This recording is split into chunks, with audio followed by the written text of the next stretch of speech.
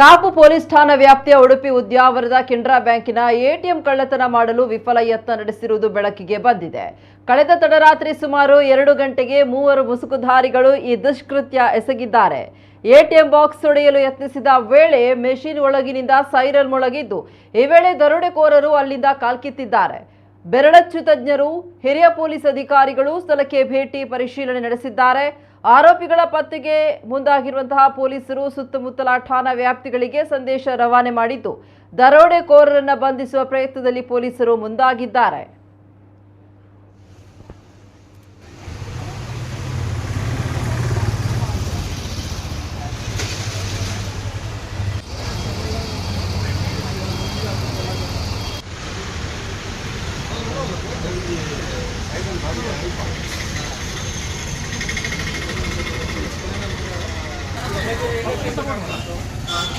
Kita